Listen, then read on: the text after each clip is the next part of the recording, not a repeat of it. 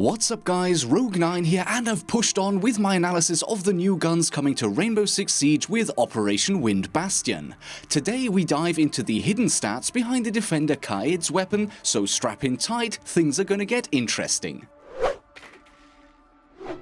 Kaid of course brings two different main weapons to the table, the AUG A3 9mm SMG and the TCSG12 semi-auto shotgun. Both of these guns handle quite differently, so ultimately the question of which is the better choice will come down to which one suits the map, current objective and your personal playstyle. My analysis in this video will be as concentrated as I can make it, so do feel free to follow up for yourself in more detail with my online spreadsheet, link in the description. Let's start out by taking a closer look at the AUG. This SMG, much like Nomad's AK-74, has below average damage per shot, both before and after drop-off, and a significantly below average fire rate. This unfortunate combination gives the AUG the lowest damage per second output at close range out of all of the SMGs in Rainbow Six Siege, and also the slowest time to kill against all three armor types. Yes, fair enough, we are talking about tens of milliseconds here, but the fact remains that this gun is even more of a pea shooter than Valkyrie's MPX or the GIGN's P90. The capacity of 31+1 is okay I guess, but the reload times are again significantly below average compared to the rest of the SMGs. In fact, the reload time from empty is exactly the same as the average assault rifle reload, and the tactical is even 100 milliseconds slower than the rifle average. And that's not the only parallel between the AUG SMG and the assault rifles. All SMGs in the game have an ADS time of 300 milliseconds, which gives them a bit of an advantage against the slower rifles when unexpectedly coming face to face with an opponent. Kaid's AUG though, for some strange reason, once again shares the same stats as the rifles and takes 450 milliseconds to aim down sights. And last but not least, at least there is one good thing about this weapon, and that's the recoil. Even the baseline recoil is highly manageable, and once you attach the vertical grip and muzzle brake, it basically becomes a laser. In fact, the recoil is so mild that I would even suggest that you ignore the vertical grip and go for the angled grip instead. That way at least you reduce the ADS time to 270 milliseconds, which brings the gun more in line with the rest of the SMGs. In conclusion, the AUG is possibly the weakest defender primary in the game in terms of damage output, and in addition to that, it has the slower reload and ADS times of the attacker primaries. This gun is clearly designed to be weak in order to compensate for Kaid's useful gadget. To me, that gives him a role similar to Valkyrie. The gadget is a great benefit to the entire team, but the individual player picking these characters will have to put up with lower fragging capability for the entire round. But that of course is only a third of the story with Kaid. We still have the option to rely more on his primary shotgun or outrageous 44 mag sniper pistol. The TCSG12, again with the long weird acronyms that no one even knows the meaning of, this literally is the BOSG.12.2 all over again. Anyway, as I was saying, the Tactical Clutch Shotgun 12 is, as we know, a 10+1 shot semi-auto slug shotty that can, for now, attach an ACOG, which, let's face it, makes this gun into more of a DMR with breaching capabilities than anything else. One headshot or two body shots against any type of armor at distances up to 19 meters, as well as the standard semi-auto fire rate, is exactly the same or better than any of the DMRs. The only difference here is the very unique damage drop-off curve of the totally cool Supergun 12. Up to 19 meters, the gun will do the full 84 points of damage, and at 21 meters, the drop-off already bottoms out at the minimum 40 points, so it's only in between where we see the transition.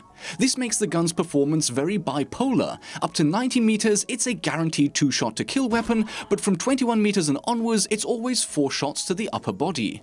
This does give the actual DMRs a long-range advantage, but this is Siege after all, where the average kill distance is consistently below 10 meters from season to season, so you're probably not even going to notice this disadvantage all that much, unless you're going for some particularly long-range spawn peaks. Reload times of the tenaciously cool Slug Gun 12 are 100% in line with the semi-auto shotguns and significantly better than those of the other DMRs, and this is also true for the 300 millisecond ADS time. Recoil is harshish even with the vertical grip attached, but at least for PC players this is definitely something you can learn to handle with some experience. For console players, the recoil may make the gun a little less viable. But after all that, statistically the gun is pretty damn good in terms of its combat capabilities, but of course it is still a shotgun and therefore comes with a whole bunch of breaching benefits. Basically, the TCSG functions just like Vigil and Dokubi's BOSG, but this function has been tweaked slightly on the test server compared to the live build. In the current live build, Vigil and Dokubi can open hatches and shoot the studs out from in between walls, but it takes several shots to create an impulse in a soft wall. On the test servers, as long as you are within 7 meters distance from a soft wall, each individual shot will cause an instant impulse. This makes the slug shotguns much better as breaching tools, although the 2-shot capacity of the BOSG is still a hugely limiting factor. But of course the top capacity Shotgun 12 does not have this issue, and so it can be a pretty decent breaching tool. It will never be as useful for breaching walls as other shotguns with their 8 pellets of buckshot, but it can get the job done. When it comes to hatches, the slug shotguns can be pretty inconsistent.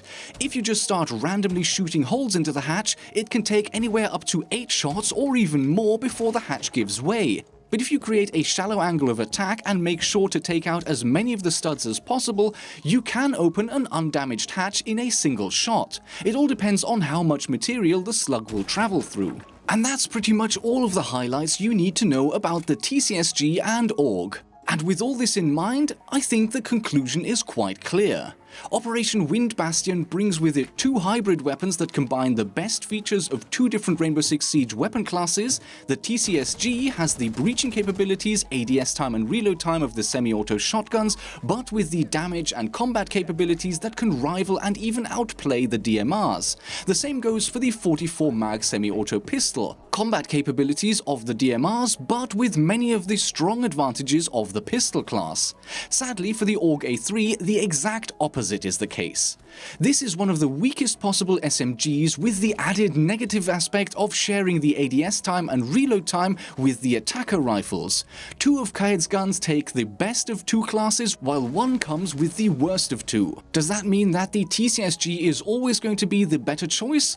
Not necessarily. If you're playing on a map and site that will most likely end up in very close-quartered engagements, the controllability and full auto capability of the AUG might still make it the better choice for some players, but all in all, your choice will be between a poor SMG and a very powerful DMR/shotgun hybrid. And then of course there is still the 44 mag pistol. If you want a detailed breakdown of this outrageous pocket sniper, feel free to check out my video on Nomad's guns, where I go into significant detail about the strengths and weaknesses. No, wait, scratch that. There are no weaknesses, so where I go into detail about the strengths of this ridiculous firearm. If you're interested in that video, click the upcoming link in the end card, and with that, many thanks for watching. I hope you enjoyed the video, and I will see you in the next episode.